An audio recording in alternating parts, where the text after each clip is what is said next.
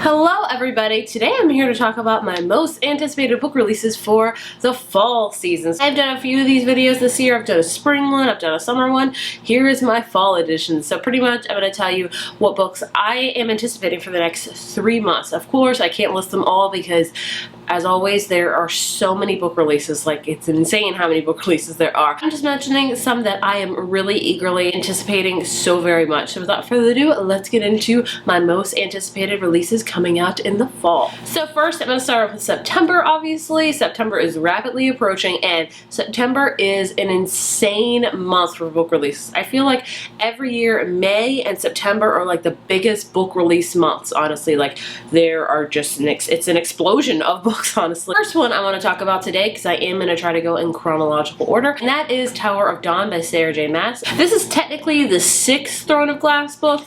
I'm also kind of seeing it as like a spin-off in a way, but it's not really. I don't know. This book really follows Chaol. If you read the Throne of Glass series, Chaol was not in the 5th book at all, so Sarah J. Maas decided to do a book devoted on him and what he was doing while the 5th book was happening, which I am actually very, very interested in. I know a lot of other people aren't because they're not Chaol fans. I am a Chaol fan. I have loved Chaol since day one, and I will continue to love Chaol. So I'm interested in seeing his journey and what he does. I'm not a huge fan of the cover. I feel like it doesn't really fit well with the series, and since it's technically a book that's in this series, it's just kind of irking me a little bit. But either way, I'm eagerly anticipating this book because I'm just a Chaol lover. I'll say it. The next book I want to talk about also comes out on September 5th, and that is Girls Made of Snow and Glass, Melissa Bashardos. I probably pronounced it wrong. Luckily, I have an arc of this, and I am so excited to read it. I've been saving it until kind of September rolls around. This is a reimagining of Snow White, only much more creepier and very much more darker. So it begins with Mina at 16, who has never really known love in her life. Mom has died, and her father is a magician that is just very, very cruel to her. She has never guessed until like now she's learned that her father actually has cut her heart out and replaced it with glass, hence why she can't really feel any sort of love. She meets the king and she wants to be the queen. She wants to finally fall in love, but first she has to become a stepmother, which she was not expecting. Flash forward, we obviously have Lynette, who is the stepdaughter in this case. Her mom has also died. It was created by a magician made out of snow in the image of her dead mother, and Lynette's not very happy about that. She doesn't really want to be like her dead mother. She'd much rather be like her stepmother, Mina, and her father takes note of that and gives her to be queen through some of their lands. Of course, her stepmother Mina sees this, and you can guess what happens from there. We got the Snow White kind of evil stepmother and then the Snow White vibe. I am very, very excited for this. I love a good like fairy tale retelling if it's done right. This one seems like it's going to be dark and gritty, and I am very, very excited for it. The next one I want to talk about is Feral Youth, and this is actually a whole bunch of short stories by a whole bunch of different authors. We have Sean David Hutchinson, we have Brandy Colbert, we have Ellen Hopkins, we have E.C. Myers, we have a plethora of different authors. So this is a short story collection. It was actually inspired by the Canterbury Tales, which I loved. I had to read that in high school. Everyone hated it. I really enjoyed it for some odd reason. I don't know if I would enjoy it now, but I enjoyed it a lot in high school. This is about a place called Zeppelin Band, which is an outdoor educational program designed to teach troubled youth the value of hard work. We have 10 different teens, and they've had weeks and weeks of training with counselors on outdoor activities and how to survive in the wilderness, and these 10 teens get left out in like the wilderness one day by their counselors. They are like 17 miles away from their camp, and they have to find their way back. They're all sent to Zeppelin Band kind of as like a last-ditch effort to get their life together. Now, also within this, I don't know how it's gonna fit in with like the whole like trying to find their way back to like camp. Each one of them has to tell a story or two in hopes of winning a cash prize. Stories on Goodreads, it says, range from like noir-inspired revenge tales as well to like kind of mythological tales. Either way, it sounds really, really good. It sounds like it's going to be a gritty like thing. It's a short story collection. Like, it's going to be, I think, cohesive, because I think each teen's going to have like their own individual story. So I'm guessing if there's 10 teens, there's probably 10 different authors in this book representing each one of the teens. It's going to be a really like diverse, really important, very gripping novel. The next book also comes out on the 5th. A lot of books coming out on the 5th, and that is They Both Die in the End by Adam Silvera. Adam Silvera is a very popular YA author, which I have not read any of his books, sadly, and the reason for that is because none of them have really sparked my interest until this one. This one sounds like a plot I am really, really interested in. Basically, in this book, we have this thing called Deathcast, and Deathcast will call you on the day that you're going to die, just to let you know, like, you're gonna die. a guy named Mateo, and he gets a call that he's gonna die the next day, obviously, and he goes in this app called The Last Friend. And basically The Last Friend pairs you with somebody else that's also designed to die on that day, so you guys can just be together and you won't be so lonely. Also, people on Last Friend app just want to be, that are not gonna die, just want to be on the app to like help other people like cope with about to die. So Theo meets Rufus, who is also set to die that day, and basically this book takes place in one day, their last day, honestly, before they die, and I'm sure they're gonna get in a relationship and love interest and tears, and just sounds really, really interesting how this concept of death is. So I know I haven't read any Adam Silvera books, I'm horrible, I know, but this one sounds really, really interesting and right up my alley. Coming out on the 12th is Warcross by Marie Lu. This is all about Warcross, and in this book, Warcross is not just a game, like it's a way of life. It's like this virtual reality thing. It reminds me kind of the whole Ready Player One. I forget what the game was called on that one. But we follow in this book a girl named Amika, who is a teenage hacker within Warcross. Basically, she's this bounty hunter within Warcross. She tracks down players who are betting on Warcross, like the games. She's struggling to make ends meet, and that's basically what she does. She's like a hacker. She's a hacker and also a bounty hunter within Warcross. Amika needs to make some quick cash. She actually hacks into the opening game of like Warcross championships and glitches herself accidentally and becomes an overnight sensation. Then Amika gets invited by the creator of Warcross himself, Spy, on this year's Warcross tournament because he thinks there's some security problems that are going on. So she gets whisked off to Japan, and that's basically what happens is she becomes a hacker and she develops her, then she gets really put in the game to like spy on other people. So this one sounds so good. I have heard nothing but amazing things about it, and I love Marie Lu's books, so I am very, very happy to read this one. And like I said, I have an early copy of this. Much thanks to Kristen over at Super Spaceship for sending me this. Then I have an adult book, and that is called Little Fires Everywhere by Celeste G. This book takes place in Shaker Heights, Cleveland. We're really much in a suburban kind of neighborhood. We follow Elena Richardson, who is kind of like the matriarch of this neighborhood. Everybody kind of looks up to her. She kind of does everything right. You know, there's like kind of a set image in this neighborhood, and Elena really holds that up. And then Mia Warren, a single mother with her daughter, moves in actually in the same neighborhood, I think right across the street from the Richardsons, and she's actually renting a house from the Richardsons. Things get a little bit rocky. Everyone's drawn to Mia. They think she's, you know, really cool and mysterious, and she's definitely mysterious because she has a really, really big mysterious past that she does not like talking about. When old family friends of the Richardsons try to adopt a Chinese American baby, it becomes a custody battle with Mia and Elena on opposing sides, and it really divides the town in half and things like that. So this book has a myriad of things going on in it. I think we have the status quo going on, whether or not to fight that or not. We have adoption issues. We have, it sounds like, immigration, things like that. I have read her first book. I think it was her first book, Everything I Never Told You, and I love that book so much. So I know this is going to be an amazing book. It's going to grip me. It's going to like make me think, and it's just going to be amazing. So I am so excited for it. Even the plot count sounds kind of like vague almost in a way. I'm still very excited to read it. Then on the 19th, we have One Dark Throne by Kendara Blake, and that is actually the sequel to Three Dark Crowns, and I am very excited for this because I loved Three Dark Crowns last year. So I can't tell you much about the sequel, but I can tell you a little bit about Three Dark Crowns. Basically, Three Dark Crowns is about these three sisters who get separated at birth, and basically when they're at the age of 16, it's like a fight to the death to kill each other, and whoever is left standing is the queen. That's basically what this whole book is about. So I would definitely check out this book. I loved it. So I am very, very excited for One Dark Throne. Then also on the 19th, we have Hunting Prince Dracula by Carrie Maniscalco. This is the sequel to Stalking Jack the Ripper, which I actually read this month, and I'm glad I read it early because I thought I was going to love this book, and I sadly didn't. But I'm not going to lie to you, I am anticipating the sequel, mainly because of the title, Hunting Prince Dracula. I have a thing for vampires, not thanks to Twilight, thanks to Buffy. I don't know, I just, when it's about vampires, I'm kind of drawn to it. So I really want to give this book a shot. I'm honestly, if I'm telling you the truth, I'm honestly not expecting amazing things from it, but I want to check it out just for the sheer fact of Prince Dracula. So it's going to be a perfect Halloween read, perfect October read, but yeah, just let you know, I wasn't a huge fan of this, but I'm still anticipating the sequel, so that's okay. Then on the 26th, we have Invictus by Ryan Grandin. This is her new series. Sorry, you probably can't see that well. It's probably really, really shiny. This This is pitched as Doctor Who meets Guardians of the Galaxy. Basically, sign me up. In this book, we follow Faraway McCarthy. He was born outside of time, and basically in this book, he fails his last effort at a time-traveling exam. He takes a position commanding a ship, crew of his friends as part of a black market trade sort of thing. And he basically steals valuables from the past. During a heist on the sinking Titanic, he meets a mysterious girl. This girl takes Faraway and his crew on an adventure. Learn that maybe time isn't as steady as it seems to be. So that's kind of vague, but basically I've heard this is space.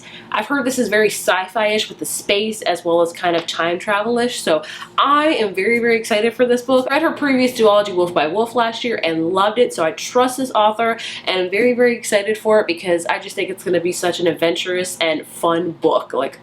Time travel and sci-fi stuff, I'm really excited. Also on the 26th, we have The Language of Florence by Leigh Bardugo. This is a chapter sampler, it's not a full copy, just to let you know. This is a collection of 6 stories and 3 of them are brand new and they're all set within the Grisha world. It also has illustrations all throughout the book. I think all the page, yeah, there you go, see? That's just an example. So basically, I think these 6 stories are kind of inspired by myth, fairy tale, and folklore, and these, basically I think this is just tales from the Grisha world. I think we've heard a lot about other fairy tales that the Grisha know and things of that nature, so I'm excited to read it because I love Leigh Bardugo and I love the Grisha world, so I'm excited. Then the last book in September is There's Someone Inside of Your House by Stephanie Perkins, which comes out on the 26th. This is very, very different from Stephanie Perkins's other books. If you have read them, she writes usually very light, fluffy contemporary books. This is not that. It's your typical slasher film, only in a book. Basically, in this book, one by one of the students of Osborne High are dying in these really brutal and horrific murders, and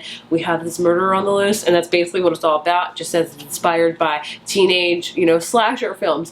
I'm very, very nervous because I don't read horror books very much at all, but I've heard by Stephanie Perkins that you could read this book if you're a scaredy cat, much like myself. And it's Stephanie Perkins. I just want to see how she writes in a very, very different genre, not kind of horror slasher thing, so I'm interested in seeing how she does that, honestly. And again, perfect Halloween read. Perfect. Moving into October, the first book I want to talk about is Ringer by Lauren Oliver. This comes out on the 3rd. This is the sequel to Replica. Replica is a very unique book, whereas it is flip narrative. So basically you can read from Lyra's point of view and you can turn it over and you can read from Gemma's point of view. You can switch alternating chapters. You can read one side over one side, whatever you want to do. The sequel Ringer is going to be the same. Basically this book, I'm going to pitch it to you like a sci-fi book that's kind of clones and things of that nature. I would recommend it, especially, if you're not a fan of Lauren Oliver. She's written a lot of different type of books. I did enjoy this one a ton, so I'm very, very much intrigued of reading Ringer and seeing how she does her flip narrative again because it flowed just amazing, honestly. Also on the 3rd, we have Without Merit by Colleen Hoover. This is a new adult book, and I'm not sure about this cover. It's very, very different from Colleen Hoover's usual books. This book is also very, very vague on Goodreads, so I'm going to tell you what I know. This is about a family that lives in this old abandoned church, and we follow the daughter, I want to say, in this family, and she collects these random trophies, and she really does not like her family at all, and her family kind of seems like this picture perfect, everybody's perfect, everybody, likes her family, and she decides to wreck that image by revealing their secrets and their past and things of that nature because she's going to be moving out very, very soon. Besides, let's ruin the family's image right before I move out. Only she does not move out. So she's ruined their image, she's ruined their reputation and revealed all these secrets and bad things about them, and she has to deal with the ramifications from that. So it sounds very, very different from her usual books because they seem much more love-based, and I think there's probably going to be a romance in this, but it sounds much more about family. I do enjoy Colleen Hoover's writing. She's not my favorite, but I'm excited to read this one. Thank you to Atria for sending me this art. I was very, very excited when I got it in the mail. Then we have All the Crooked Saints by Maggie Stiefvater, which comes out on the 10th. This is, I'm excited for it because I love Maggie Stiefvater, honestly. You guys know how much I love the Raven Cycle place, and hopefully I pronounced this right. Becherero, Colorado, I apologize. Sorio family, I probably pronounced that all wrong, who all have the ability to perform unusual miracles. And at the heart of this family, we follow 3 cousins who are longing to change their family's future. Basically, the three cousins we follow are Beatrice, a girl without feelings, and she only wants to be free to examine her own thoughts. Then we have Daniel, the saint Bichot who performs miracles for everyone else but himself. Then we have Joaquin, who spends his night running a renegade radio station under the name Diablo. So basically, they're all looking for miracles. I don't know too much about this book. Magnus Stiefvater has that kind of vague premise, but when you read it, it just really draws you in. I know there is some controversy over this book, whether or not it's being represented right or not. I've heard mixed things about it, so I'm just going to kind of go into it with those examinations, but I'm also very excited for it as well because it's Magnus Stiefvater. Also on the 10th, we have This Darkness Mine by Mindy McGinnis. This is a YA mystery book, which I don't know if Mindy McGinnis has ever written, but her other books have kind of intrigued me. This one intrigues me the most. This follows a girl named Sasha Stone who knows who she is. First chair clarinet, she's the top of her class, she's always by the side of her Oxford-wearing boyfriend, and then everything changes when a guy named Isaac comes into her life. Sasha also learns in the midst of all this, with, you know, questioning who she is, that her life began by ending another's. She actually absorbed her twin sister in the womb, but that does not explain the weird gaps of time she's been missing, or with the memory she has of things that she has never done with Isaac. So we have this mystery going along of like her having her time away. So I don't know if like her sister is like part of her or is not part of her. Either way, like it really intrigues me. And lastly for October, also on the 10th, is Dear Mighty Things by Heather Kaczynski, and this is a sci-fi book basically where like you can enter to win to go to space pretty much. And we follow a 17-year-old Cassandra who really wants to go to space. She just has to compete in this competition to go to space. She forms strong bonds with the people she's hoping to beat. So I think this book's all about like her competing to go to space, which is amazing, but also her forming bonds with the people she's supposed to be competing against. Now moving into our last month that I want to talk about is November. First book I want to talk about is Becoming Noah Shawl by Michelle Hawkins, which comes out on the 7th. This is the like companion series to the Mara Dyer trilogy, and basically we follow Noah Shawl in this trilogy. Now this is weird because I have not finished the Mara Dyer trilogy. I read the first book, really liked it. I started reading the second book and it kind of creeped me out, so I kind of had to put it off to the side. That was like 2 or 3 years ago. I want to pick up the Mara Dyer trilogy again. I have read a lot more mystery books since I started reading that series. I have read a lot more kind of creepier things, so I know that I can handle it now. It sounds really weird. I'm putting this on my list because I am very excited for it because I really enjoyed the first book of Mara Dyer trilogy, and I want to read the last 2 of the trilogy in October and then read this book in November. So all you Mara Dyer lovers out there, I know you're very excited for this book. I am as well, even though I haven't finished the trilogy, so blasphemy, I know. Then we have Renegades by Marissa Meyer coming out on the 7th, which I am very excited for. I love Marissa Meyer books. This is basically about the Renegades. They are a syndicate of prodigies. They are humans with extraordinary abilities who emerge from the ruins of like a crumbled society, and they're champions of justice pretty much. In this book we follow Nova, and she is on a mission for vengeance against them. She moves closer to her target. She meets a renegade boy who believes in justice and also believes in Nova. Nova's allegiance is to a villain, the power to end them both. So this sounds really awesome. We have like these kind of heroes and things like that. I'm excited. This is one of my most anticipated books of the entire year, so I'm there for it. And the last book I want to talk about is Artemis, I hope that I pronounced that right, by Andy Weir, which comes out on the 14th. If you have not heard of Andy Weir before, he wrote The Martian, which is one of my favorite books of all time. I love it. This book is another sci-fi book of his, but very much different than The Martian, I would say. Basically, Artemis is the one and only city on the moon, and only people that live on the moon are really rich people